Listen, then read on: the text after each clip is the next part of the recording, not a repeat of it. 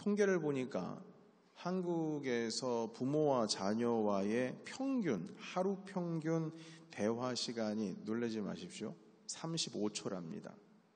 말이 안 되죠. 이거 불가능해 보이죠. 근데 통계에 의하면 그렇습니다. 그러니까 이런 거죠.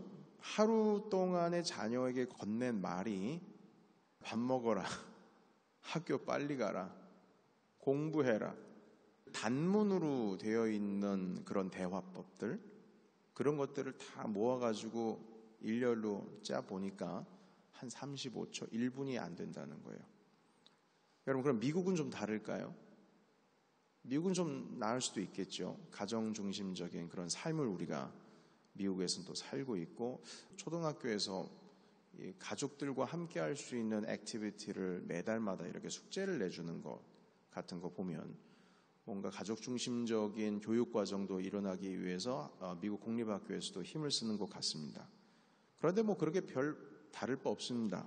미국에서도 자녀와의 그 대화 시간이 3분이라고 합니다. 한국에 비하면 월등히 길지요. 그러나 이게 좀, 여러분, 이게 나은가요? 3분이면 충분하다고 생각합니까? 결코 그런 것 같지는 않습니다. 부모와 자녀들이 대화를 나누는 것은 지극히 자연스러운 것입니다. 당연하죠. 가족들과의 대화를 나눈다는 것은 자연스러운 것입니다. 그런데 언제부턴가 이것이 어색한 일이 되기도 합니다. 이게 어색하게 되면 상당히 어려운데 이게 문제가 있는 거죠. 부모와 자녀와의 대화가 단절되었거나 어색하다라고 하는 것은 이건 뭐가 문제가 있는 겁니다. 물론 자녀들이 사춘기에 들어갈 때도 있고, 그리고 부모가 일에 많이 바쁠 수도 있지만, 그럼에도 불구하고 그 친밀함이라고 하는 것을 잃어버린다는 것은 상당히 문제가 있는 겁니다.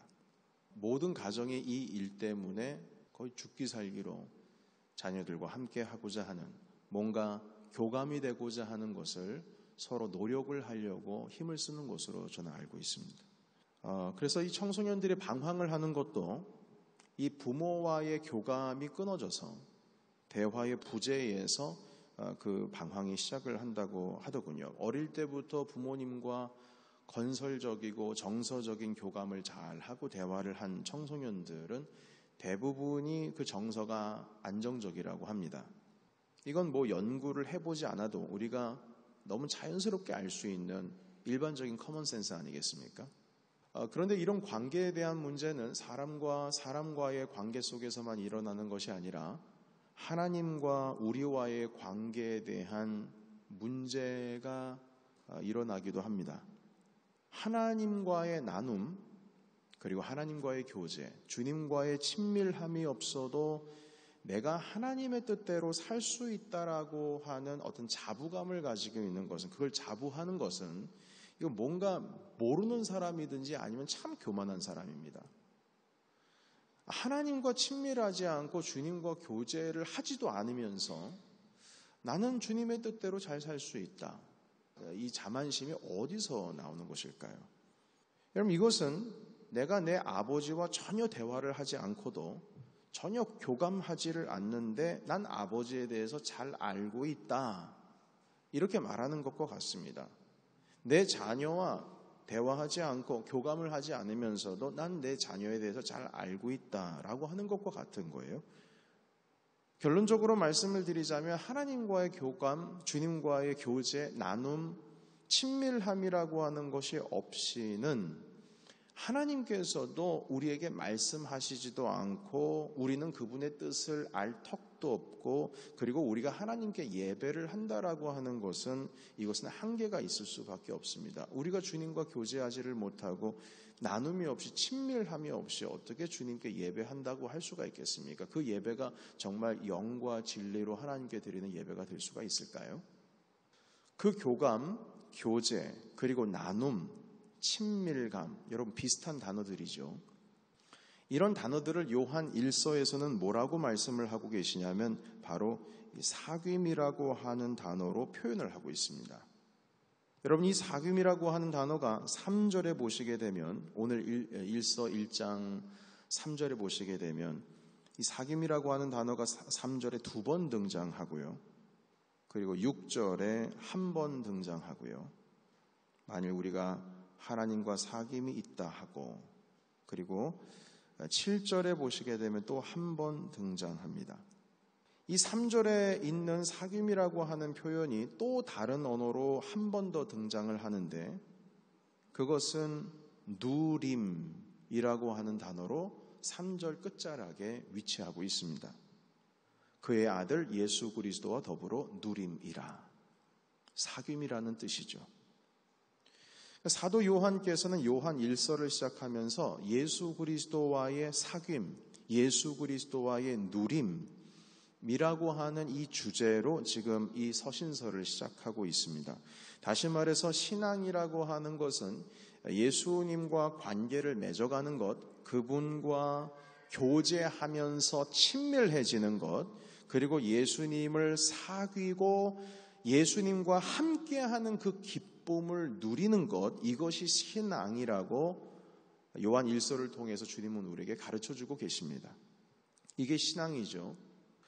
그리고 여러분, 전도라고 하는 것, 이 전도라고 하는 것은 그 정의를 내리자면 요한 1서 1절부터 4절까지 있는 말씀을 통해서 이 전도라고 하는 것을 우리가 정의를 내리자면, 전도라는 것은 내가 지금 누리고 있는 예수 그리스도와의 교제와 사귐을 통하여 누리고 있는 그 기쁨의 나눔 가운데에 내 주변의 사람들을 그곳으로 초청하는 것이 전도입니다. 내가 예수 그리스도와 함께 교제하고 나누고 있는 그 누림, 사귐의 그 현장 가운데로 내 주변의 사람들을 초청하는 것이, 그것이 전도라는 거죠. 여러분, 오늘 우리가 읽은 요한 1서 3절의 말씀 같이 한번 읽어보겠습니다. 1장 3절 한 번 더 읽을까요? 자, 시작. 우리가 보고 들은 바를 너희에게로 전함은 너희로 우리와 사귐이 있게 하려 함이니 우리의 사귐은 아버지와 그의 아들 예수 그리스도와 더불어 누림이라. 아멘. 우리가 보고 들은 바, 이건 예수님에 대한 경험을 말합니다. 우리가 보고 들었다, 경험했다. 1절에 보시게 되면 태초에 있는 생명의 말씀, 생명의 말씀이라고 하는 것은 이것은 예수 그리스도를 의미합니다. 요한복음 1장에서도 등장을 하죠. 태초에 말씀이 계시니라 할 때 그 말씀이 예수 그리스도를 의미합니다. 그래서 오늘 요한 1서 1장 1절에 있는 태초부터 있는 생명의 말씀에 관하여서 라고 했을 때 이 말씀은 예수님을 의미해요. 이 예수님에 대해서 사도 요한이 눈으로 봤고 자세히 보고 손으로도 만졌어요. 이 뜻은 경험했다는 겁니다. 예수님을 내가 구체적으로 경험했다. 내가 실질적으로 주님을 만났다는 거예요. 그리고 관계를 맺고 있다는 것입니다. 추상적인 만남이 아니죠. 구체적으로 예수님을 인격적으로 손으로 만져도 보고 눈으로도 보고, 그리고 실제로 그리스도 예수와 함께 교제를 나누시고 교감을 했던 사도 요한의 경험이 있습니다. 그런데 여러분, 이분께서, 이 요한 사도께서 요한 1서를 지금 읽고 있는 사람들에게 내가 지금 경험하고 있는 예수 그리스도를 전하는 것은, 지금 요한이 속해 있는 교회가 있지 않습니까? 사도 요한이 목회를 하고 있는 공동체가 있잖아요. 그 공동체와 함께 너희와 내가 교제를 하기 원한다, 사귀기를 원한다 라고 말하면서 우리가 누리고 있는 사귐은 예수 그리스도를 우리가 보고 느끼고 경험을 했던 그 사귐 가운데 너희들을 초청하고 싶다. 예수 그리스도와 함께 더불어 누리고 있는 그 기쁨의 현장 가운데 너희들을 초청하고 싶다. 너희들과 함께 사귀고 싶다. 이렇게 해서 지금 요한 1서 1장을 말씀해 주시고 계시는 겁니다. 사도 요한께서 목회하고 있는 공동체, 그 가운데 함께 우리 예수 그리스도에 대해서 누리고 그를 보고 만지고 함께 경험하고 있는 그 관계 교제 가운데로 여러분들을 초청해서 우리 함께 사귀기를 원합니다. 이렇게 말씀해요. 다시 말해서 예수님과의 사귐의 관계 속으로 사람들을 초청하는 겁니다. 여러분, 이렇게 예수님과의 관계, 친밀함, 교제, 사귐이라고 하는 주제가 이러한 어떤 사도 요한의 마음의 배경 가운데서 등장을 하게 되었습니다. 자, 그런데 여러분, 이런 말을 할 수밖에 없었던 그때 당시에 사도 요한 주변에 있었던 많은 그 일들의 배경이 좀 있었습니다. 사실 이게 뭐 사귐으로 초청한다고 그러면 되게 따뜻하고 온유하고 뭔가 되게 안정적이다, 좋다, 교회가 이래야 되는데 이런 생각 가지고 있겠지만 사실 그때 당시에 사도 요한의 주변의 교회 공동체 가운데 영지주의라고 하는 이단 사상이 들어오게 되었습니다. 그래서 교회가 흔들리기 시작했어요. 이 영지주의라고 하는 사상은 간단하게 말하자면 사실 그 내용과 사상이 복잡합니다. 그런데 우리가 좀 알기 쉽게 편하게 말할 수 있다면 영은 좋은 거고 그럼 반대로 육은 뭐한 거죠? 나쁜 거예요. 그리고 영과 육은 서로 분리가 됩니다. 육이라고 하는 것, 이 육이라고 하는 것은 원래 이 몸은 나쁜 것이기 때문에 나쁜 채로 놔둬도 되는 겁니다. 이 몸이 깨끗해질 리가 없습니다. 원래 나쁜 거예요. 그런데 이 육이라고 하는 것이 나쁜 것이 영에 영향을 끼치지를 못합니다. 그래서 영이라고 하는 것은 깨닫기만 하면 영지, 영을 깨닫는다, 깨닫다, 그노시스 할 때 깨닫는다라고 하는 뜻인데 영은 깨닫게 되면 구원을 얻게 됩니다. 깨달음으로 구원을 얻는 거예요. 그리고 육은 원래 본래적으로 나쁜 것이고 더러워진 것이었으니까 나쁜 짓 해도 소용없어요. 괜찮아요.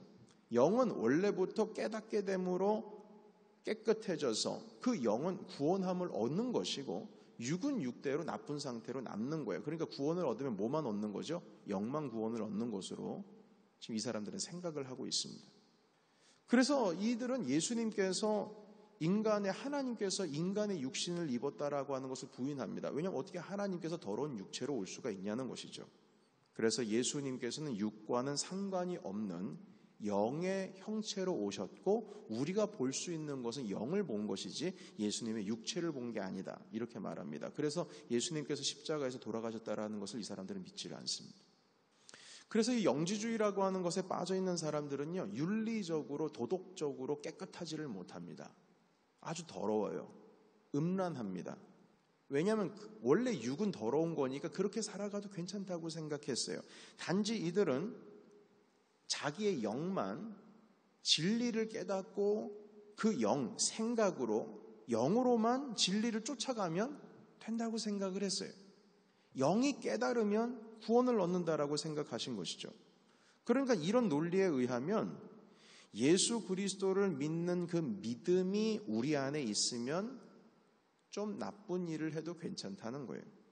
예수 그리스도를 믿는 그 생각, 주님께서는 우리를 위해서 죄값을 치르시고 3일 만에 부활하시고 그것을 우리가 생각으로 이 진리의 말씀을 확신하게 있으면 내가 아무리 나쁜 행동을 해도 내가 아무리 윤리적으로 못된 짓을 해도 내 영이 그 진리를 깨달았기 때문에 예수님만 믿으면 아무리 내 육이 더럽다 할지라도 문제없다. 그러니까 이 사람들은요, 생각으로는 그리스도를 믿는, 말씀을 깨닫는, 진리를 추구하는 것으로 추구하고 있지만 온 육체는 맨날 음란하고 도둑질하고 사람 비난하고 못된 짓은 다 하고 다녔어요. 그러니까 교회가 완전 엉망이 돼버린 거예요. 이 영지주의라고 하는 것이 그때 당시에 철학 사상이었거든요. 그래서 여러분, 이런 생각이 일어나게 된 것은 그때 당시에 교회 사람들이 믿음이라고 하는 것이 깨닫는 것에 불과하다. 깨닫는 거다. 믿음이라고 하는 것이 아는 거다. 뭔가 진리를 아는 거다. 생각적인 것으로 아는 거다. 관념적인 것으로 아는 것이다. 이렇게 확신을 하고 있으니까 이런 결과가 나오는 거예요. 그래서 신앙이라고 하는 것을 진리를 깨닫는 것이라고 생각했어요. 진리를 알고 깨닫는 것이 더 중요하다고 했습니다. 윤리적인 거 소용없어요. 필요 없습니다. 아무리 육이 더럽다 할지라도 그건 원래 더러운 거니까 내버려 두고 우리가 영만 구원을 얻으면 되는 것이지, 이렇게 생각을 하고 있었습니다. 그래서 믿음이라고 하는 것을 이들이 생각을 하기를 머리로 깨닫고 생각으로 믿고 마음으로 확신하고 예수님께서 십자가에 우리를 위해 돌아가시고 부활하신 것이 좀 마음에 확신이 되어지고 그걸 깨닫게 되면 그 진리, 그 원리, 영의 원리를 깨닫게 되면 그걸 믿음이라고 생각했어요. 그게 진짜 믿음이라고 생각했어요. 그러나 사도 요한께서 지금 우리에게 이 말씀을 통해 가르쳐 주시는 것은 신앙, faith, 믿음, 그것은 생각적인 것, 관념적인 것, 우리의 정신과 우리의 확신, 심령 가운데 있는 것이 아니고 진짜 신앙, 그 faith라고 하는 것은 fellowship with God, intimacy with Jesus. 예수님과 함께하는 그 친밀감과 그 fellowship과 그 교제를 통하여서 일어나는 것이 우리 한국말로는 사귐입니다. 사귄다.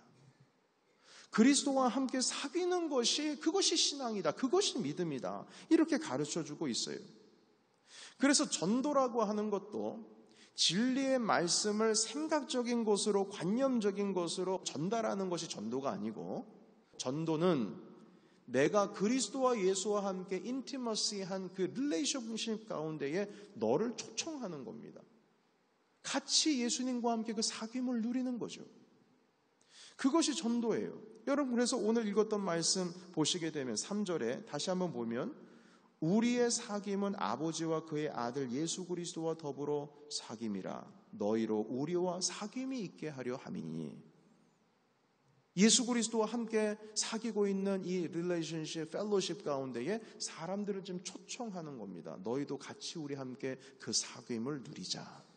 여러분 6절 보시겠습니다. 6절 오늘 스크린으로는 준비되어 있지 않고요. 우리 함께 6절 읽어보겠습니다. 자, 시작. 만일 우리가 하나님과 사귐이 있다 하고 어둠에 행하면 거짓말을 하고 진리를 행하지 아니함이거니와. 아멘. 여러분 이거 보세요. 만일 우리가 하나님과 사귀면서 어둠을 행하고 거짓말한다. 어둠을 행한다라는 건 뭐냐면 이것은 윤리적으로 못된 짓들이죠. 성적으로 타락한 것을 말합니다. 하나님과 펠로우십, 릴레이션십을 가지면서 나쁜 행동은 할 것대로 다 하고 다니는 거 말이 안 된다는 거예요. 여러분, 그러나 이게 말이 될 수 있어요. 어떻게 해요? 믿음이라고 하는 개념을 머릿속으로만 두게 되고 이 관념과 확신 속으로만 하는 마음의 영역으로만 두게 되면 그렇게 믿음은 구원을 얻는다라고 하니까 우리의 삶이 더럽고 부족하고 정결하지 못하고 거룩하지 못한 삶을 산다고 할지라도 내가 믿기만 하면 구원을 얻는다라고 하는 그 그노시스적인 이 생각적인 관념적인 그 믿음 때문에 구원을 얻을 수 있다라고 착각하는 거죠. 그러나 사도 요한께서는 그렇게 말씀하시지 않습니다. 신앙이라고 하는 것은 진리를 머리로 깨닫고 관념적으로 이성적으로 깨닫는 것이 아니라 신앙이라고 하는 것은 예수 그리스도와의 사귐이다. 펠로우십이다. 친밀한 것이다. 이렇게 말씀을 하고 있습니다. 그래서 예수님께서 요한복음 15장에 말씀하시기를 저가 내 안에, 내가 저 안에, 그가 내 안에, 내가 그 안에 있으면 이 사람은 많은 열매를 맺나니 나를 떠나서는 너희가 아무것도 할 수 없다. 그 릴레이션십, 펠로우십, 인티머시 한 것을 주님께서 말씀하시기 위해서 요한복음 15장에 이렇게 말씀하신 거예요. 여러분, 그래서 전도라고 하는 것은요, 전도를 잘하는 사람은 예수님과 잘 사귀고 있는 사람들이 전도를 잘하는 겁니다. 왜냐하면 전도라고 하는 것은 예수 그리스도의 사귐 가운데 사람들을 초청하는 것이기 때문에 내가 주님과의 관계가 올바르지를 못하고 펠로우십이 온전하게 이루어지지 못하고 주님이 좀 어색하고 멋쩍고, 여러분 기도하는 거 어색하신 분 계시죠? 기도하기 좀 멋쩍으신 분 계시죠? 뭔가 주님과 친밀하지 못하다는 거예요. 주님과 친밀하지를 못하는데 어떻게 내가 모르는 사람을 그 친구 되시는 예수님께 어떻게 그 사귐 가운데로 어떻게 초청을 해요? 여러분 한번 생각해 보세요. 친한 사람들끼리 소개하는 거지 친하지도 않은데 어떻게 사람을 소개해요? 그리스도와 친밀한 삶을 살고 있어야 전도다운 전도를 하는 겁니다. 주님과 가까운 사람이 전도다운 전도를 하는 거예요. 그 사귐 가운데로 초청하는 거죠. 우린 뉴욕 한민교회 공동체가 예수 그리스도와 친밀한 삶을 살고 그 하나님과의 펠로우십, 주님과의 인티머시한 그런 릴레이션십 가운데 있을 때에 우리 교회가 또한 바른 전도로서 부흥할 수 있는 길이 된다는 것입니다. 뉴욕에 계시는 저와 자주 교제하고 연락하고 있는 한 목사님이 계세요.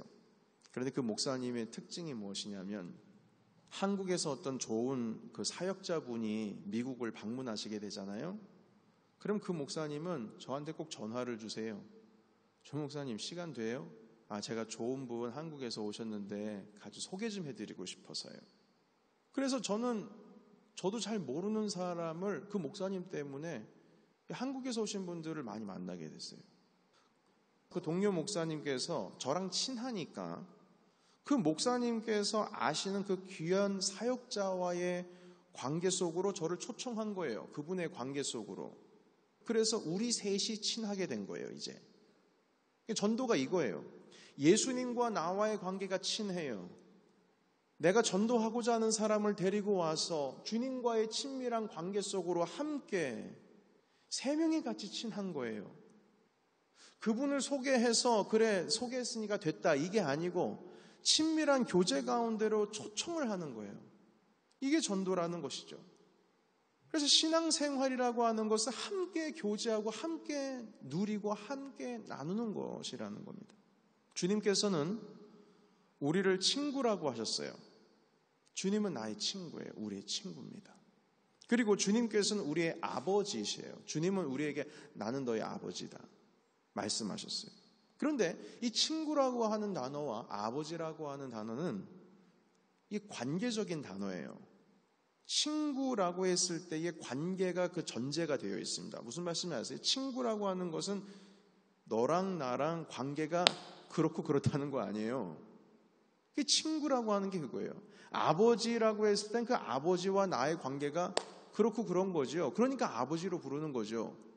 길 가다가 모르는 사람이 아버지가 될 수 있어요? 아니요. 관계가 되어야지만 적어도 그 아버지가 피를 나눈 내 육신의 아버지 아니면 나를 거두어서 양육하고 계시는 분이시니까 내 아버지라는 것이지 아무런 관계가 없는데 아버지라고 못하고 아무런 관계가 없는데 친밀하지도 않은데 친구라고 할 수 없죠. 제 딸아이가 학교에서 좀 식물하게 왔어요. 아빠, 우리 반에서 누가 나한테 나쁜 말 했어. 그래. 친구가 그랬니? 그러면, 아니야, 걔는 내 친구 아니야. 클래스메이트잖아. 그런데 내 친구는 아니야.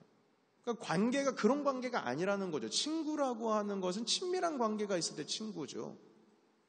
그런데 예수님께서는 나의 친구라고 하고 주님, 하나님은 내 아버지라고 말하는데 우리는 전혀 친구와의 교제를 나누지도 못하고 사귀지도 않고 누림도 없고 하나님의 말씀대로 살아가지도 않으면서도 나는 일방적으로 하나님은 그럼에도 불구하고 내 아버지고 주님은 내 친구입니다라고 말하는 거예요. 일방적으로. 난 그렇게 살지도 않으면서요. 주님께서 우리한테 그러실 수 있어요. 네가 나를 친구라고 생각하느냐? 그런데 왜 우리 관계가 이럴까? 넌 내가 아버지라고 생각하느냐? 근데 너는 왜 내 자녀와 같이 내 아들 같지도 않고 내 딸 같지 않게 행동하느냐? 왜 나를 닮아야지?